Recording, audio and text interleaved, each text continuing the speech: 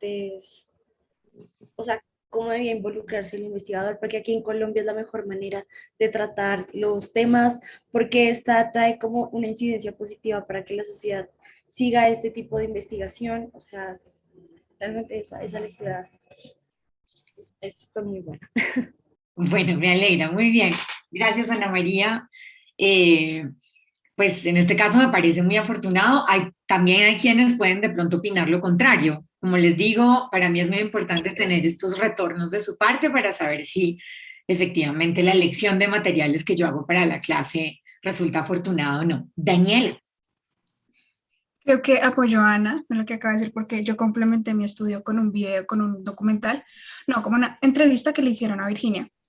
Y ella Mm. contaba que haciendo sus recorridos por Colombia, como que cuando hizo una entrevista, realmente no recuerdo dónde fue, pero que ella le empezaron a contar cómo estaba entrevistando a una mujer y cómo ella le empezó a contar cómo su marido la había comprado literalmente. Y ella como que se sintió ofendida. Y cuando la chica le preguntó, ¿y a ti, tú cuánto valiste? Ella se enojó y le dijo que ella no había valido nada, que ella no valía nada, que pues ella estaba con su marido porque se amaban. Y la chica ya le dejó de dar información. Ella contaba que le dejó de dar información y que ese fue su peor error, no haber entendido cómo chocan las culturas y no haberse acercado a ella como con más humildad, ¿sí? De lo que hablábamos, de acercarnos a las personas como entendiendo su entorno y no juzgando. Entonces, siento que sí es muy importante ese método. Ok. Bueno, muy interesante cruzar además las dos visiones y ya vamos a ver además cuando veamos los métodos o técnicas de investigación, pues de nuevo una introducción a cada una de esas técnicas, pues en qué va la reflexión sobre, por ejemplo, cómo se hacen entrevistas o cómo se hace observación etnográfica justamente para tratar de no cometer por lo menos esos errores de manera como tan, ¿no? Tan grosera o tan inexperta, aunque obviamente como todo oficio, pues ser investigador o investigadora social de terreno, pues se aprende y siempre hay errores al comienzo, aunque obviamente se aprende mucho, sobre todo escuchando de experiencias de otras personas en investigación. Eh, Cosa que también vamos a hacer aquí en la clase más adelante. Bueno, entonces voy a comenzar a grabar para entrar ya, digamos, en materia. Eh, entonces les había recomendado que se fueran a indagar sobre algunos conceptos estructurales, esenciales, protagónicos dentro de las ciencias sociales y la sociología. Y vamos a empezar por tal vez el más, digamos, como el considerado siempre ineludible o el primero sobre el cual hubo reflexiones en la sociología, que obviamente hemos mencionado acá en la clase, pero nunca nos hemos detenido en él justamente como concepto singular, que es el de clase social, ¿sí? Entonces, digamos que el concepto de clase social, obviamente que es, digamos, es muy importante porque es un concepto casi que inevitable. Y justamente, para hablar muy rápidamente como de tres personajes que hemos evocado acá, digamos ya en el pasado, justamente Durkheim es el que, digamos, primero va a decir que el concepto de clase es necesario para el funcionamiento de una sociedad, no desde el punto de vista, no haciendo un juicio de valor, sino descriptivo. Acordémonos que, digamos, lo que Durkheim le interesa es, pues va a decir, la clase es un hecho social evidente y además está como demostrado que se necesita de clases sociales para que las sociedades funcionen, como una descripción que él va a encontrar lo suficientemente, digamos, diciente sobre muchas formas sociales que le interesan. Entonces dice, parece ser, entonces podríamos invertir más bien la formulación durkheimiana para que se entienda mejor, y es que dice, parece ser que no hay ninguna sociedad que pueda funcionar sin clases sociales. Y eso lo podríamos transformar en una hipótesis de investigación hoy en día. Es decir, ¿será verdad? ¿Será que es un hecho social? O sea, funciona de esa manera según la lógica de Durkheim. Es inevitable, no tenemos otra manera de organizarnos en las sociedades que no sea, digamos, hay muchas formas, pero una de ellas, y que parezca como inexorable, es la de organizarnos en clases sociales, ¿no? Pues vuelta a pregunta de investigación o hipótesis de investigación, es muy interesante, ¿sí? Y vamos a ver que justamente, digamos, hay muchas ideas alrededor del concepto de clase social, pero en todo caso sí parece ser un concepto al que no podemos nunca escapar, por lo menos, o que siempre parece tener una fuerza descriptiva muy importante cuando nos acercamos o tratamos de entender cualquier sociedad humana. Pero sin duda alguna el concepto de clase social es clave en cuál autor que vimos también antes, cuál se les ocurre que sea como un autor absolutamente obligatorio hablando de clase social. Marx, Marx. totalmente.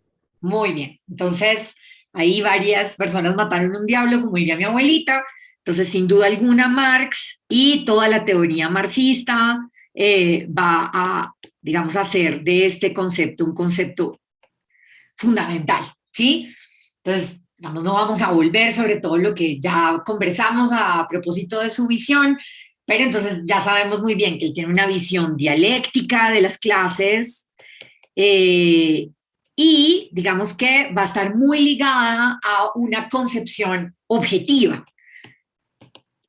Ya van a ver por qué voy a insistir tanto en esta noción de objetiva, es decir, que independientemente de la voluntad de las personas o de las concepciones individuales que se tengan sobre el mundo, la clase social sería digamos, más bien, sí, las clases sociales serían un elemento que determina y que predetermina además la existencia humana, a partir sobre todo, ¿no?, de la creación o el surgimiento de la propiedad privada y de las lógicas de poder sobre los medios de producción. Bueno, ya lo vimos.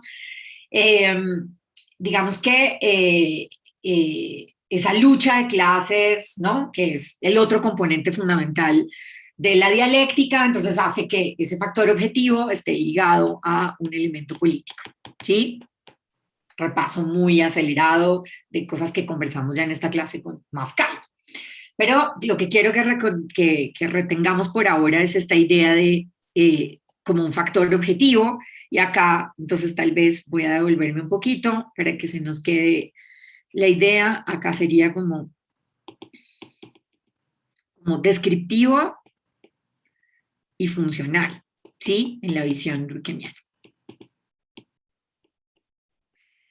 De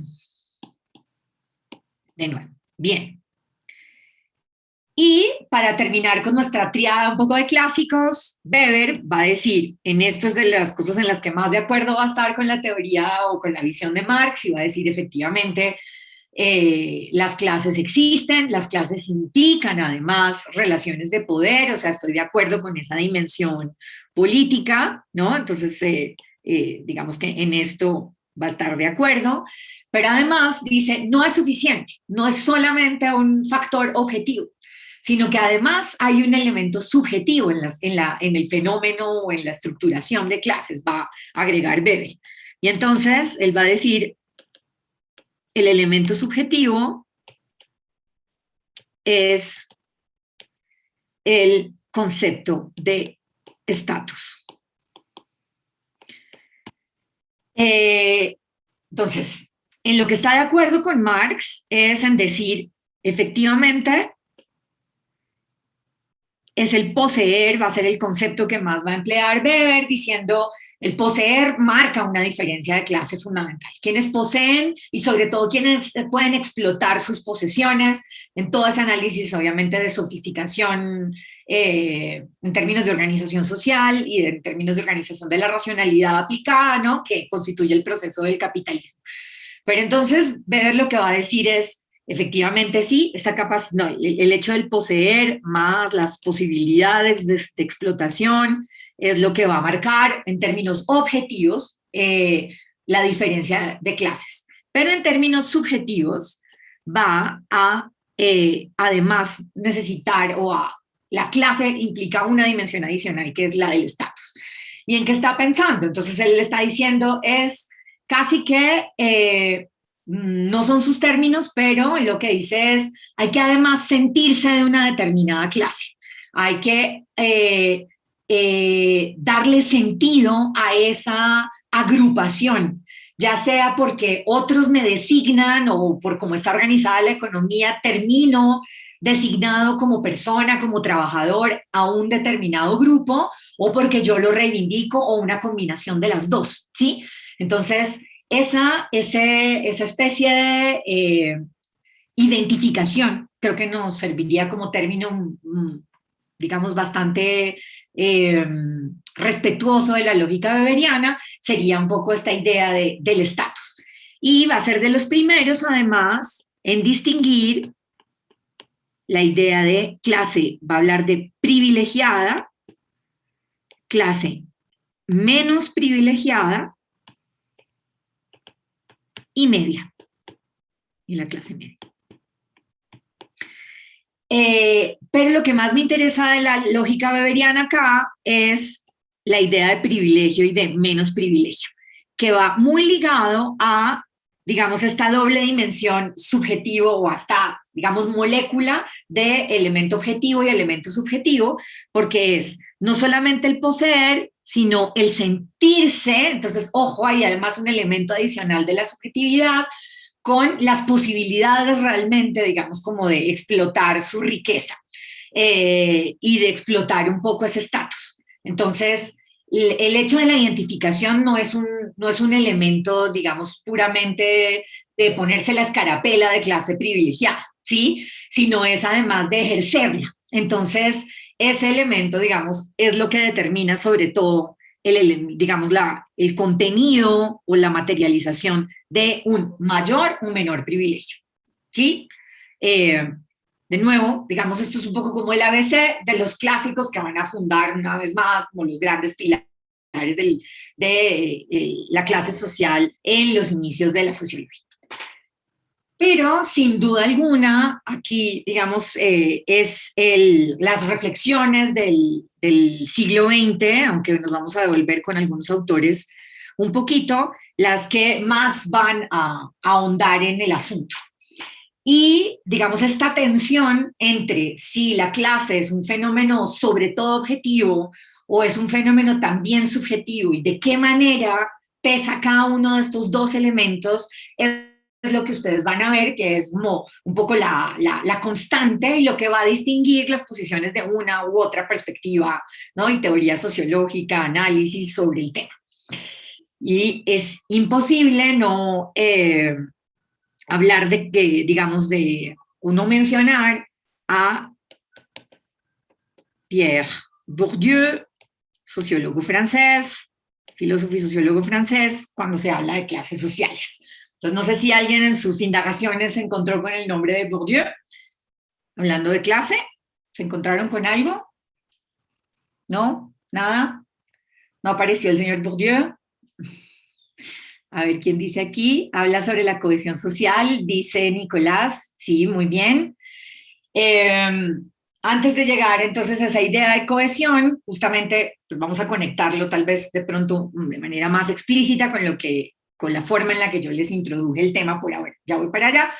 Pero entonces, bueno, Bourdieu es un tipo que nace en los 30 en Francia, en una familia de origen rural, humilde, y quien, gracias al sistema de la educación pública francesa, muy propio, digamos, que se fortalece en las dos posguerras, va a ascender socialmente. Entonces, ojo que esto es muy importante precisamente porque es un tema que lo va a marcar un montón y que va a explicar en buena parte, entonces, muchos de los temas que le va a interesar analizar, aunque él es un tipo tremendamente prolífico, un sociólogo absolutamente interesante y fascinante, digamos, su aporte a la teoría social en lo absoluto se reduce a sus reflexiones sobre la clase. Pero bueno, entonces él, digamos que llega a las grandes escuelas de élite en Francia, fundamentalmente a la Escuela Normal Superior, donde estudiaron Sartre, Simone de Beauvoir, en fin, digamos como buena parte, digamos como la élite intelectual francesa formada a lo largo del siglo XX. Y entonces él dice que él se da cuenta, estudiando en esos lugares de élite, que claramente las maneras de comportarse, los referentes, los valores, los intereses de clase cambian un montón según el origen de las personas. Y a pesar de que él, por ejemplo, que no estaba, entre comillas, destinado a ser alguien, ¿no?, de parte de la élite intelectual por sus orígenes humildes, por sus propias capacidades y su propio mérito, logra llegar ahí. En todo caso, él dice, yo nunca me sentía completamente perteneciente a esa clase, ¿no?, privilegiada, para retomar el concepto weberiano, y entonces eso lo lleva a pensar en, bueno, ¿qué hace que uno se sienta o no perteneciente a una determinada clase? No basta con haberse graduado y ser, qué sé yo, doctor en sociología de la Escuela Normal Superior francesa para sentirse clase privilegiada, o sí, o para quién lo soy. Entonces empieza digamos, a plantearse esas preguntas, y es lo que nos va, voy a simplificar, uno de sus primeros planteamientos sobre el tema, o de los más estructurales, de los más importantes.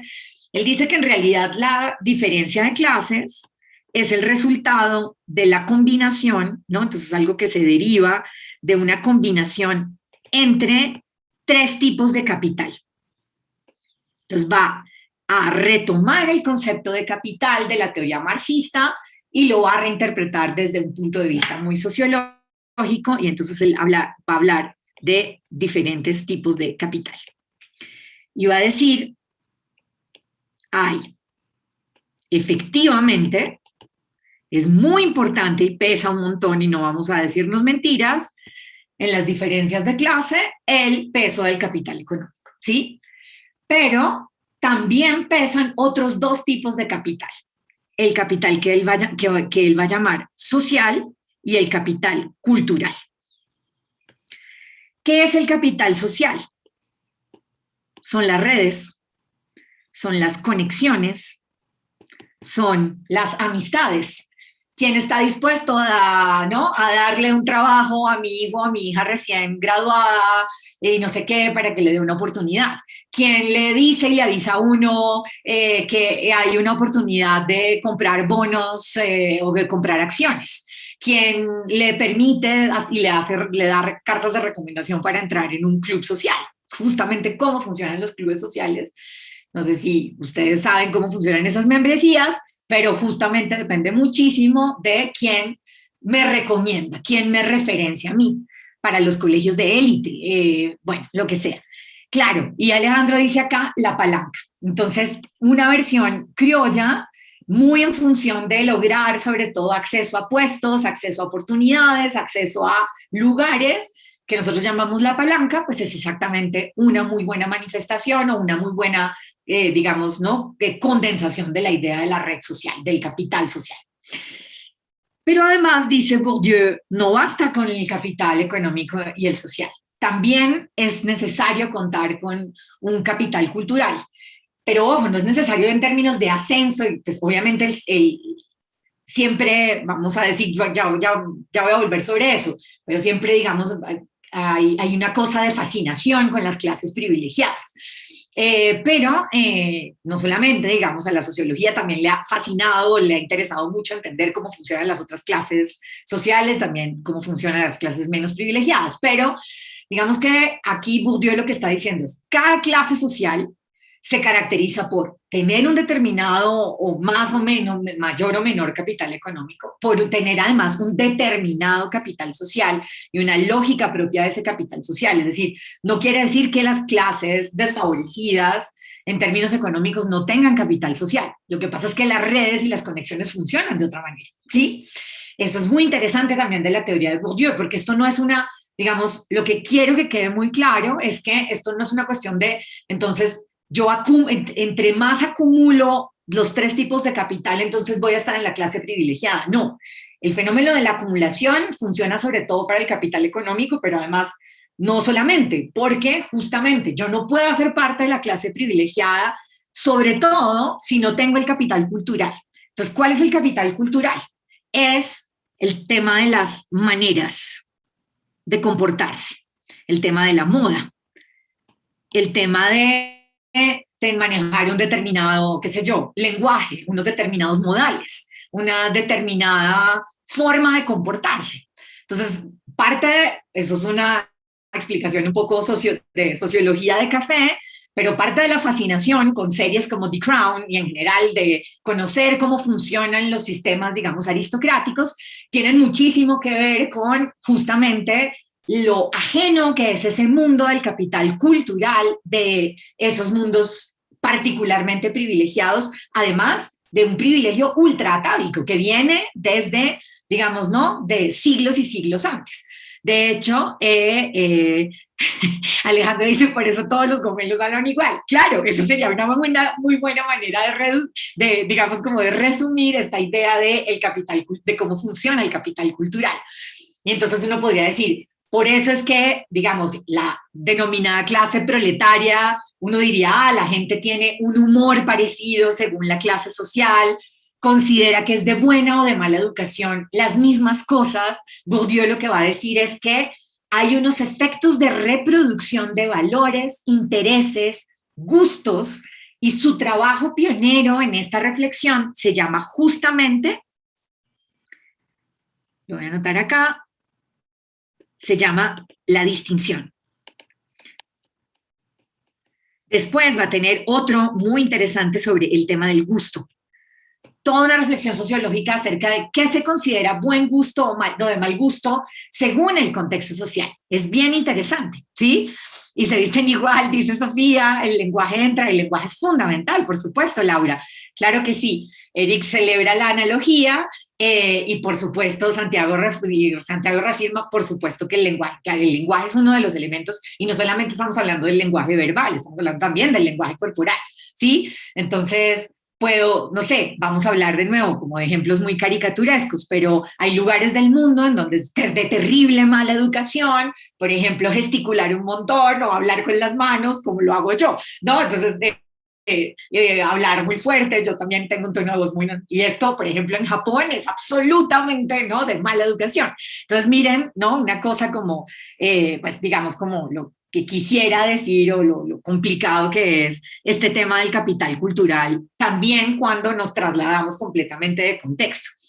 Entonces, volviendo, digamos, a la explicación ABC de Bourdieu, entonces está el tema de las maneras, de la moda, pero que en realidad son una especie de exteriorización de algo más profundo, que es el tema de los valores y de los intereses, ¿sí?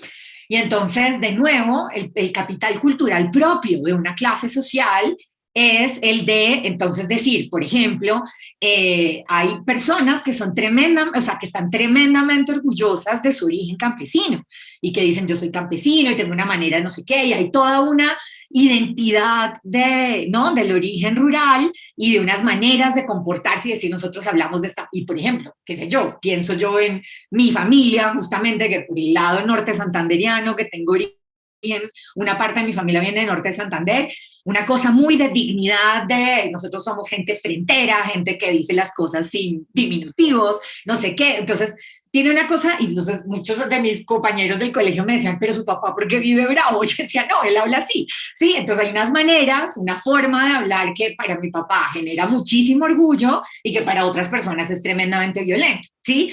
Entonces miren cómo esta cuestión hace, ¿no? Y eso en muchas situaciones de pronto le cerró puertas, justamente tuvo incidencia en cómo funcionan sus redes sociales y por ende de pronto inclusive en el capital económico, lo que sea, ¿sí? Si tú has acceso a grandes puestos o no, lo que sea. Entonces, se darán cuenta, digamos, de esta matriz o más bien, esta refracción, esta descomposición del concepto de capital en unas dimensiones un poco más sutiles, cómo muestran de alguna forma digamos, vuelven a actualizar la pregunta sobre si la clase social obedece o tiene elementos puramente objetivos y subjetivos.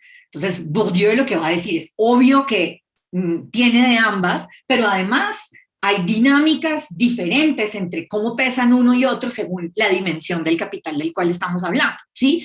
Y obviamente va a haber una cantidad de estudios acerca de qué compone cada tipo de capital, ¿no? Cómo definirlo, cómo identificarlo, pero también cómo uno y otro, o sea, como las relaciones dinámicas entre ellos o de interdependencia entre uno y otro, ¿sí? ¿Está claro hasta ahí? Entonces, es muy interesante toda esta, digamos, aporte de Bourdieu. Y va a agregar otro elemento que es muy interesante también a su teoría, que es la idea del hábitus, que en realidad uno podría decir de alguna forma es yo no sé si Bourdieu estaría de acuerdo con esta explicación, pero digamos es como retomar el concepto de estatus de Weber y llevarlo, ¿no? Como ponerlo a hervir, como en la cocina, y llevarlo, digamos, a una sublimación. Entonces, el concepto de hábitus, según Bourdieu, es, digamos, como que o sea, él sí lo va a decir claramente, es el sentimiento de pertenencia a una determinada clase o grupo, ¿no? Entonces, el sentimiento de pertenencia a un determinado grupo o clase, ¿sí? Esta cosa de la identificación que yo utilizaba para hablar de Weber. Y entonces ahí tiene mucho que ver con, o sea, ahí sí es donde él, en ese concepto, desarrolla exactamente todo lo que en el chat empezó a suscitar el concepto de capital cultural. Y entonces él dice, claro, el hábitus es realmente entonces es un fenómeno dinámico que podríamos describir de apropiación y de, ¿no? De, digamos, reafirmación de estos valores, estos intereses, estas formas de hablar, de comportarse, de considerar que, ¿no? Entonces, digamos, lo digno, lo que dignifica, lo que identifica, lo que representa, lo que yo debo encarnar como integrante de un determinado grupo, clase social, debe ser esto, y no debe ser además, o por ejemplo, otra cosa, ¿sí? Entonces, por ejemplo, insisto, ya que hablé de mi papá, entonces mi papá además parece calvinista, pero viene de una familia profundamente católica, pero el ahorro, la tenacidad, la disciplina, no sé qué, la austeridad, vive como un monje tibetano, sí, o sea, es como que él es un tipo austero, y todo eso son cosas que vienen muy ligadas a esa identidad de origen campesino, vivida con muchísimo orgullo, ¿sí? Entonces, digamos que es muy interesante porque uno empieza a decir, ok, como esto suena muy abstracto, pero en realidad tiene mucho que ver con justamente cómo hacemos para ver e identificar cuando una persona se siente perteneciente, propia de un grupo o clase social.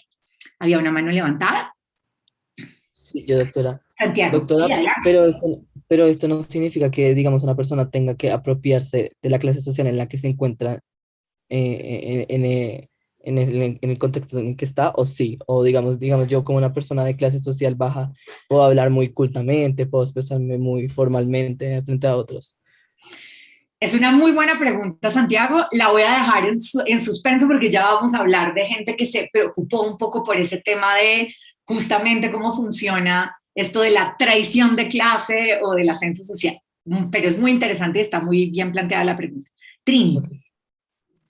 Okay. Buenos días, doctora. Sí, mi pregunta también era parecida como la de Santiago. Sí, sí, en la parte de que Bourdieu, perdón por la mala pronunciación, plantea los tres capitales, pero supongamos, como dice Santiago, yo soy clase baja, pero tengo un capital cultural muy parecido a la clase alta, es decir, hablo muy refinado, me he visto como ellos, o sea, ¿cómo sería ahí en ese aspecto? Y la segunda es, en este caso, el de los hábitos, la noción de hábitos que plantea Pierre sería subjetiva, ¿verdad? Porque sería algo como, sería ese sentimiento que yo tengo como persona que pertenezco a un determinado grupo. Entonces, puedo pertenecer en mi mente, por así decirlo, a ese determinado grupo, pero en la realidad social no pertenezco a él. O sea, sería, no sé si la estoy interpretando mal o sería una noción subjetiva. Ok, bueno, digamos que voy a empezar por el final y no se enreden con el tema de ustedes pueden decir Bourdieu, o sea, no hay problema, pueden leerlo textual como lo ven, no hay, con eso de verdad y está bien dicho.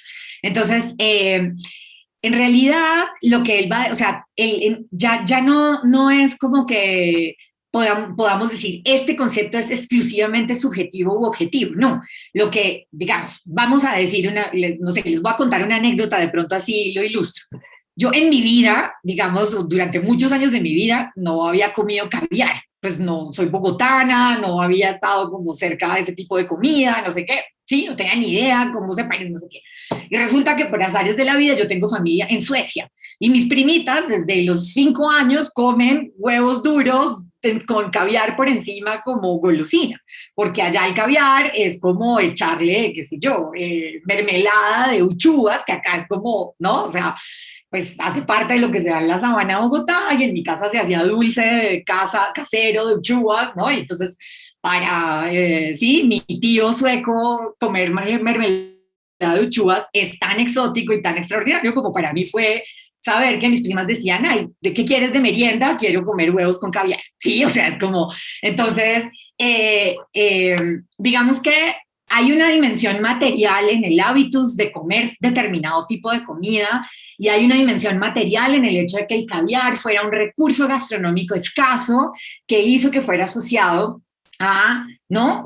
Una gastronomía de clase privilegiada. Pero depende de dónde estemos hablando. Si es, ¿no?, clase media noruega o escandinava en general o lo que sea, pues no hay, o sea, no hay ningún misterio con el caviar, y en cambio tomar jugo de guayaba es un lujo, ¿sí? O sea, digamos. Entonces, hay una dimensión material en el acceso, ¿no?, a unas determinadas interacciones, por ejemplo, gastronómicas.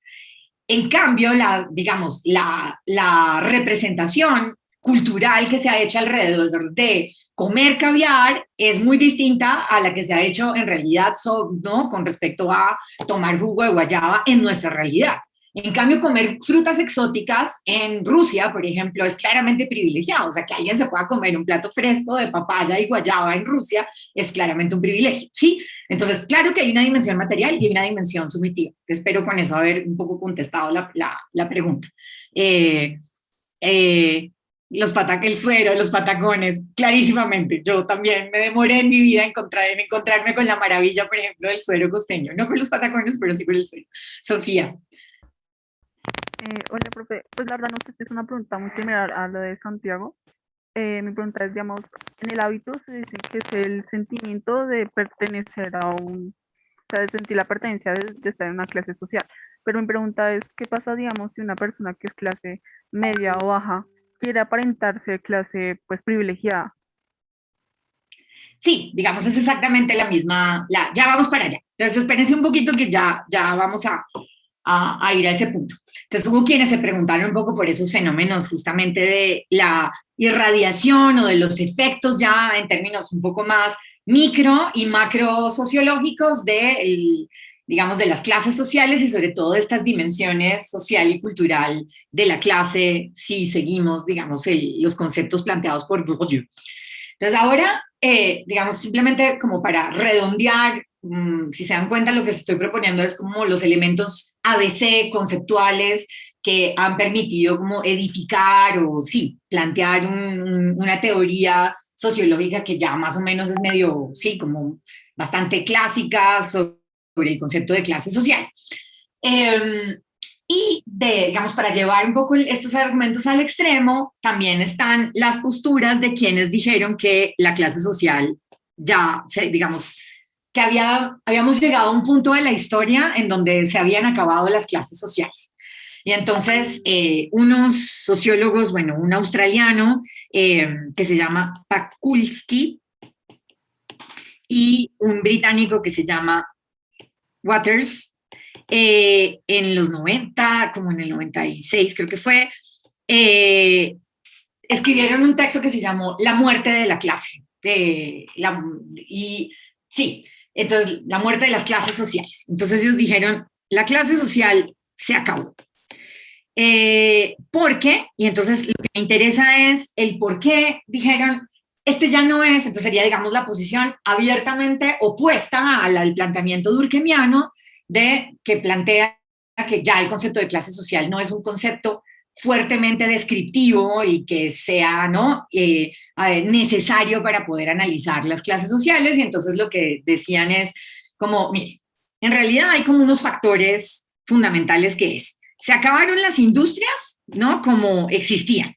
Y fundamentalmente, digamos, la organización del trabajo que esto implicaba, un poco la clase obrera, ¿no?, la diferencia entre el cuello blanco y el cuello azul, como se llama mucho en digamos que son conceptos o estas figuras que aparecen muy fuertemente en la sociología marxista y posmarxista inglesa, el cuello blanco para distinguir a los oficinistas, a la gente que pues no se ensucia y que puede mantener un cuello blanco y que eso hace parte de la etiqueta de su universo laboral, versus el color blue o ¿cómo se llama? El cuello azul del overall, ¿no? Del uniforme de trabajo, las batas de trabajo de la clase obrera. Y entonces ellos dicen, ya la organización del trabajo se ha atomizado, ya, digamos, decir, ¿no?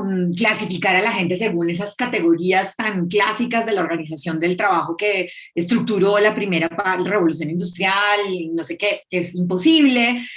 ¿Quién tiene el estatus realmente de trabajador? Eso también ya las formas de la economía, no sé qué, a eso se liga justamente otro aspecto que van a decir, es el tema de la globalización. Entonces, el tema de que la circulación de los capitales económicos, la circulación de la mano de obra del mundo, que escapa completamente a las lógicas de ordenamiento y de regulación nacional y estatal, en donde además quienes imponen las reglas de juego, en términos de cuánto vale el trabajo, de digamos, el rendimiento del capital y todo eso depende más bien de las multinacionales, entonces, ¿no? Y de digamos, de agendas multilaterales siquiera, de pronto un poquito, ¿no? Gobiernan algo, qué sé yo, la OTAN, gobierna algo un poco el Fondo Monetario Internacional, un poco el Banco Mundial, lo que sea.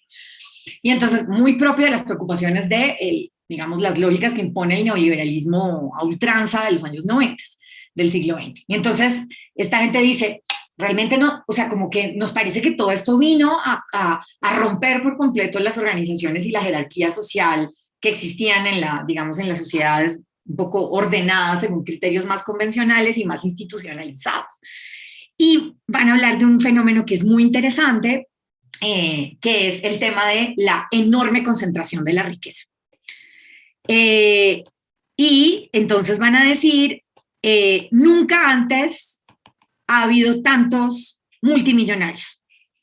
Y es un fenómeno, de hecho, que se mantiene, ¿sí? Entonces, aunque sea muy poquita gente dentro del planeta Tierra, en todo caso, nunca hubo tanta gente con tanta riqueza como desde los 90 hasta ahora. Y eso más o menos, cuando uno ve esa concentración de la riqueza, digamos, el porcentaje no aumenta mucho, casi siempre estamos hablando del 1% de la población mundial, pero en todo caso, nunca hubo tanta gente con tanta concentración de la riqueza, lo cual además parece, no necesariamente es correlativo, después vamos a ver, pero de todas maneras coexiste por ahora con también un enorme aumento de la pobreza y de la miseria. Nunca, entonces digamos, ahí sí no podemos decir que nunca hubo tanta gente miserable, porque además, imagínense lo difícil que es hablar de eso cuando tuvimos siglos de gente que ni siquiera era considerada un ser humano, que era esclavizada y era considerada, ¿no? Animal o un bien. Pero, digamos, siempre ha habido mucha pobreza y mucha miseria, pero lo que sí está sucediendo es que en vez de disminuir los niveles de pobreza y de miseria del mundo, lo que ha hecho siempre es aumentar.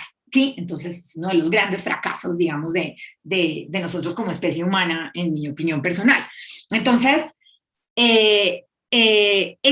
digamos, estos extremos ultra exacerbados hacen que también, digamos, como que la categoría de clase ya no sea tan descriptiva. Y digamos que van a plantear como un enorme debate acerca de si efectivamente o no la clase seguiría siendo, ¿no? Pero lo que es más interesante en realidad, más que sí, es el fin del concepto o no, que si ustedes o sea, muy fácilmente uno se da cuenta que toda la teoría sociológica, toda la teoría política, toda la teoría económica se sigue sirviendo y sigue necesitando el concepto de clase social, o sea que en realidad su capacidad descriptiva, por lo menos en términos muy científicos y políticos, sigue siendo, ¿no?, fuerte. Pero lo que es muy interesante es que va ligado a varias preguntas que también coexisten o que están dentro de la esfera de la reflexión sobre las clases sociales, y es justamente qué es lo que permite que la gente acumule riqueza, qué es lo que permite que, por ejemplo, gente que no nace en un seno de familia, por ejemplo, con un gran capital económico, logre, por ejemplo, llegar a tener esos niveles de riqueza y qué es lo que determina o que permite el ascenso social o el descenso social, digamos, como que bueno. Y voy a dejar en suspenso las preguntas o las, digamos, reflexiones acerca de este tema de imitación de clase para más bien redondear las ideas sobre el tema de la riqueza. Entonces, es más que todo la teoría económica y la política las que han hablado mucho sobre eso, pero bueno, no solamente. Y digamos que acá, bueno, voy a complementar tal vez con otro color. Entonces, tenemos a gente que, como el Premio Nobel de Economía en el 2014, Thomas Piketty, quien va a escribir el Capital en el siglo, digamos como que va a revisitar un poco el texto del Capital de Marx, pero en realidad para hacer una lectura en teoría económica contemporánea en el Capital del siglo XXI. Y Piketty va a ser de los que va a demostrar justamente con cifras macroeconómicas y digamos con análisis longitudinales, todo eso ya vamos a ver un poco el ABC de qué se trata, pero digamos con mediciones macroeconómicas de largo aliento, con un espectro, digamos que de observación de muchos años, lo que va a demostrar en su obra es fundamentalmente que esas grandes riquezas se heredan. Entonces, de alguna manera, lo que va a decir es, Marx tenía razón sobre todo el hecho de que efectivamente ser propietario de los medios de producción marca una diferencia de clases que es prácticamente determinista, prácticamente. Entonces voy a poner acá, ¿en qué sentido es determinista? Es nacer en una familia que tiene herencia, grande, poquita, pero sobre todo mucha, ¿no? Marca una diferencia absolutamente crucial que separa y parta el mundo en dos, ¿sí? Entonces no es solamente ser propietarios de los medios de producción, no, sino la capacidad de la estructura clánica o familiar, en fin, de organización y de protección de ese patrimonio para que ese patrimonio pase de una generación a otra sin disminuirse, ¿sí? Entonces, eso es lo que mide Piketty y dice, en ese sentido, efectivamente, el ser propietario o poseedor, ¿no?, de propiedad, de patrimonio, marca una diferencia enorme entre los seres humanos, ¿sí? Entonces, quienes heredan y quienes no heredan en el mundo. Estoy haciendo de nuevo una simplificación de una explicación en teoría económica mucho más compleja y mucho más interesante, pero creo que se entiende. Y entonces, en ese sentido, digamos, es como que una de las cosas que explicaría, digamos, la clase social, más bien, para retomar los elementos básicos que les estaba planteando antes, y sobre todo la tríada de Bourdieu, según Piketty, el elemento digamos, de la dimensión económica del capital o el capital económico, de todas maneras sí se rige por digamos, unas leyes menos dinámicas que tal vez los otros dos capitales, ¿sí? Yo puedo, por ejemplo, ser una persona muy hábil para irme creando una red social, a pesar de que haya nacido no sé, en un lugar tremendamente aislado y en una familia que no necesariamente tenía grandes conexiones, puedo apropiarme de un montón de formas, maneras, valores, ¿no?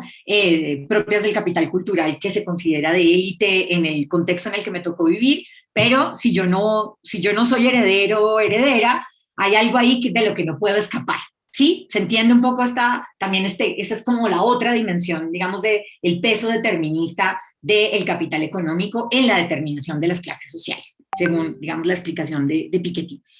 Y un sociólogo, que ya no me acuerdo si es inglés o estadounidense, Andrew Sayer, creo que se pronuncia así, en el mismo año va a escribir un texto que el título es pues es muy diciente, dice Why we can't afford the rich, como por qué no podemos, digamos, asumir o encargarnos, de echarnos al hombro a los ricos en el mundo, y lo que entonces va a ser como una crítica muy beberiana, diría yo, del tema de la riqueza, y él dice, en realidad, el problema además con la acumulación de la riqueza es que es dinero es el dinero el que genera más dinero, y aquí ya no hay ningún aporte individual, no hay ningún esfuerzo personal, ya no hay trabajo acá. Dice que, digamos, esto sería como la serpiente que se muerde la cola, ¿no? Un poco por eso creo que se entiende porque estoy diciendo que es un análisis muy weberiano, porque sería justamente esta lógica ya completamente ilógica del capitalismo, en donde ya el trabajo sencillamente no importa, no es necesario para aumentar, ¿no? Para que el dinero genere más dinero. Y entonces ya ni siquiera tiene que ver con justamente el mérito propio, y vamos a ver por qué ese tema del mérito es tan importante en toda esta discusión, que tiene que ver con otra, digamos, cara de la dimensión subjetiva de la clase social, sino que en realidad, pues, ¿no? O sea, de nuevo, es la misma lógica del capital la que permite que aumente la riqueza, y entonces esto nada, ¿no? Se borran las personas. Y entonces estaríamos frente a explicaciones, si se dan cuenta, complementarias, que le apostarían, o lo que terminarían planteando es que en cuanto la dimensión del capital económico funciona de manera independiente, establece privilegios de manera, digamos, justamente conforme a esa lógica muy propia, y frente a la cual además la voluntad humana parece que no pudiera hacer gran mella, no pudiera cambiar mucho